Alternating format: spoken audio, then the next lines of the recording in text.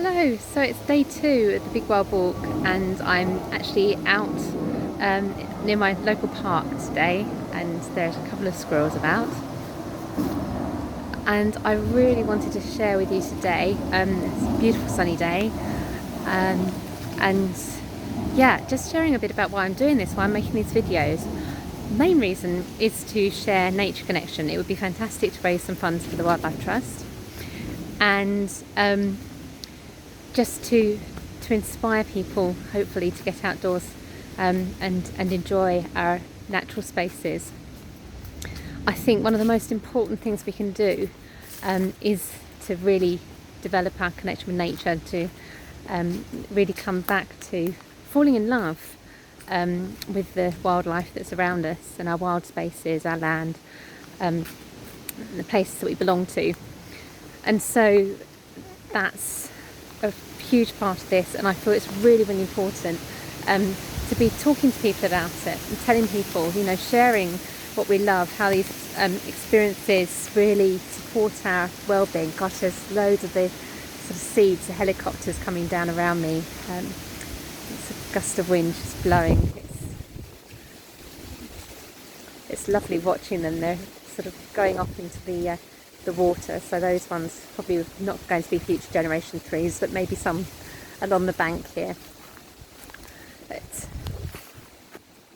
yes, so coming back to what I was saying, I think one of the most powerfully important things we can do is to be sharing those photos on social media, telling people about our experiences, things that we're really loving seeing, and very much also encouraging everybody to continue getting outdoors as the days get shorter and as the temperature becomes cooler, as it becomes maybe a bit wetter.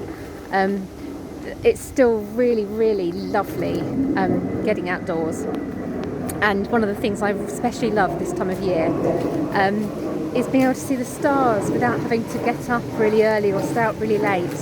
It's wonderful. I've been really enjoying seeing Venus and Jupiter in the morning, and Orion's back in our sky in the UK here.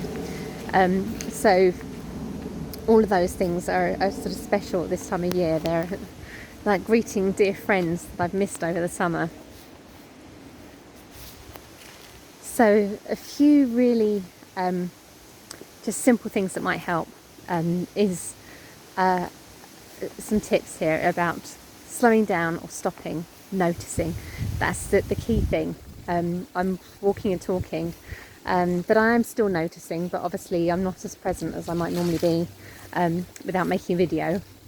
I'm sort of present for the video rather than for so much for my surroundings. So it's really being present to your surroundings, and slowing down and taking moments of noticing.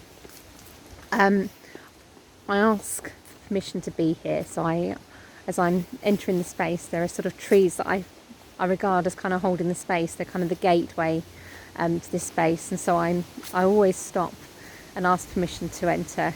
I'm looking for ways to give back, picking litter, things like that. I reported a pollution incident to the Environment Agency this morning, so looking after the river, and it was helpful, that this place that I come to most days, and so it means that when people do that, when you're kind of connected with the space, you're able to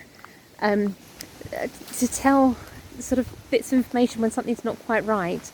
You know what's going on. That something's not quite right.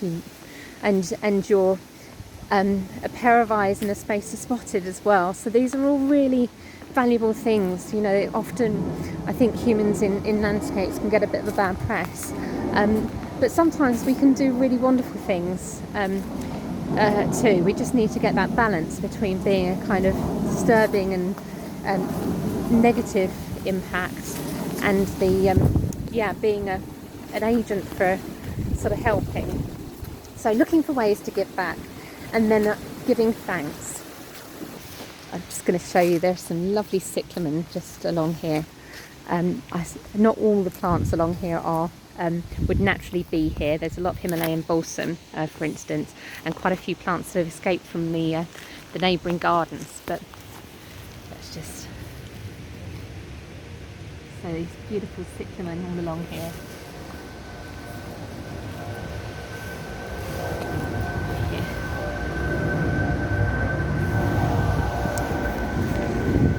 So it's just really lovely to see the flowers. There is some muskmallow as I was leaving the house that's in bloom, and some bees enjoying that as well.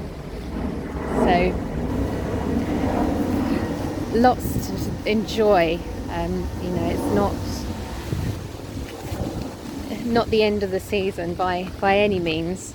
There's lots going on, lots of kind of almost still summer, as well as lots of autumn, although obviously these plants are really, they're kind of autumn plants, but yeah, we've still got all the leaves on the trees and so on.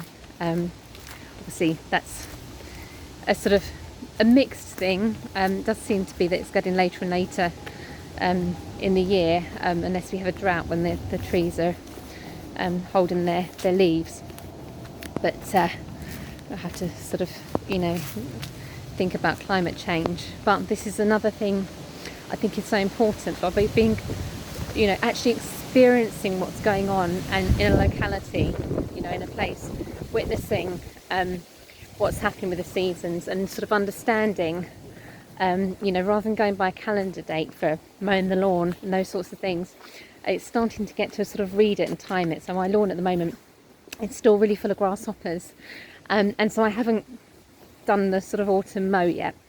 I'm kind of letting them have their time, and I'll sort of decide what to do. So you're kind of really sort of listening to you know, what's going on and what's needed, rather than sort of following kind of prescriptive sort of book. But obviously that takes, you know, it takes a few years of just watching and noticing.